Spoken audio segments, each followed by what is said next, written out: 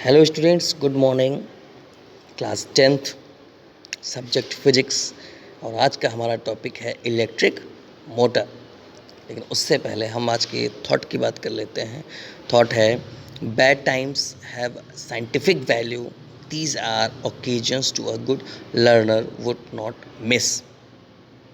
यानी कि अगर हमारा समय ख़राब चल रहा है, हम सक्सेस नहीं हो रहे हैं, हम क्वेश्चंस लगा रहे हैं और उसका आंसर नहीं आ रहा है, इसकी एक साइंटिफिक वैल्यू है कि ये हमारे लिए एक अवसर है, हमारे लिए एक ओकेजन्स है गुड लर्नर बनने का, गुड नॉट मिस। और आपको इसे मिस नहीं करना है। एक हमें अच्छे लर्नर, एक अच्छे सीखने योग्य व्यक्ति को बनना है कि हमें गलतियों से सीखना है, हमने कहाँ गलती की है। हमारा जो समय ख़राब चल रहा है वो यही बताता है कि हमने कमी कहाँ की है। मी SP Pandey. Electric motor like this. Electric motor होता क्या है?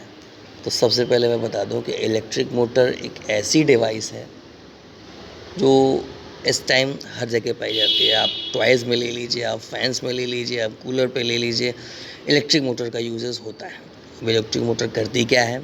तो इलेक्ट्रिक मोटर क्या करती है कि इलेक्ट्रिक एनर्जी को कन्वर्ट कर देती है मैकेनिकल एनर्जी पे।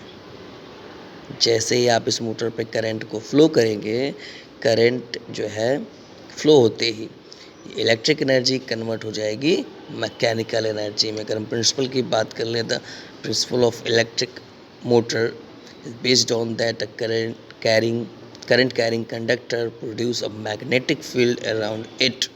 A current carrying conductor placed perpendicular to magnetic field experiences force. यानी कि जब हम किसी भी कंडक्टर पर करंट को फ्लो कराते हैं, वो भी कहाँ? जब वो कंडक्टर आपका मैग्नेट्स के बीच में रखा हो, मैग्नेटिक इफेक्ट आसपास होना चाहिए, लाइक दिस। तो आपके मैग्नेट N और S हैं और उनके बीच में कंडक्टर रेक्टेंगुलर शेप में ABCD रखा हुआ है। अब अगर हम इसमें करंट को फ्लो करा देते हैं, यानी अगर हम इसमें करंट को फ्लो करा देते हैं तो क्या हुआ? अकॉर्डिंग टू इसमें रूल्स लगेगा फ्लेमिंग का लेफ्ट हैंड रूल। तो फ्लेमिंग के लेफ्ट हैंड रूल के अकॉर्डिंग क्या है? अगर आपकी करंट, मैग्नेटिक फील्ड और फोर्स तीनों अगर परपेंडिकुलर हैं तो आपका क्या हो जाएगा? सपोज दैट हम बात करें,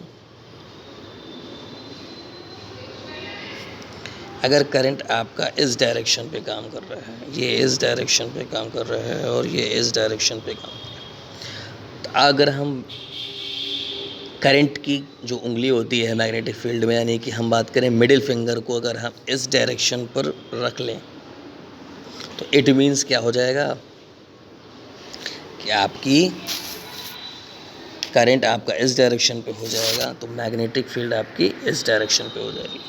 और अगर हम फोर्स की बात करें तो इस पूरे रेंज पे फोर्स हमारा कहाँ लगेगा? अपवर्ड्स लगेगा।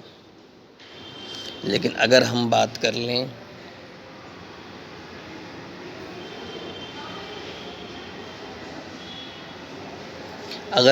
लें इस कॉइल के लिए, यानी कि इस साइड के लिए, तो इसमें करंट आपका इस डायरेक्शन पे लग रहा है, इट मीन्स इसमें फोर्स आपका कहाँ लगेगा?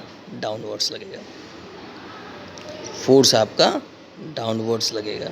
तो ये कॉइल्स आपकी नीचे को जाएगी और जो दूसरी कॉइल्स होंगी वो आपकी अप डायरेक्शन पे फ्लो हो जाएगी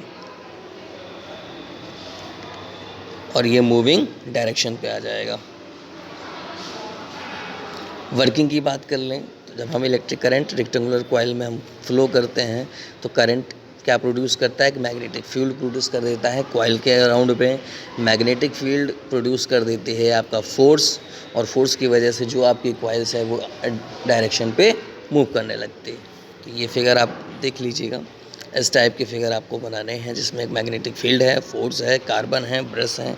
अगर हम स्ट्रक्चर की बात कर लेते हैं तो इसमें 4 चीज़ें मेन होती हैं। सबसे पहले एक आर्मेचर कॉइल, यानी कि जो आपके रेक्टेंगुलर शेप में कॉइल है उसको हम आर्मेचर बोलते हैं। स्ट्रॉन्ग मैग्नेट्स आपको चाहिए, स्प्लिट रिंग चाहिए, ब्रशेस चाहिए, और करंट फ्लो करने के लिए हमें बैटरी चाहिए। यानी कि आपकी 5 जो कंपोनेंट्स हैं वो हमारे इलेक्ट्रिक करंट में काम आते हैं। Thank you, have a nice day.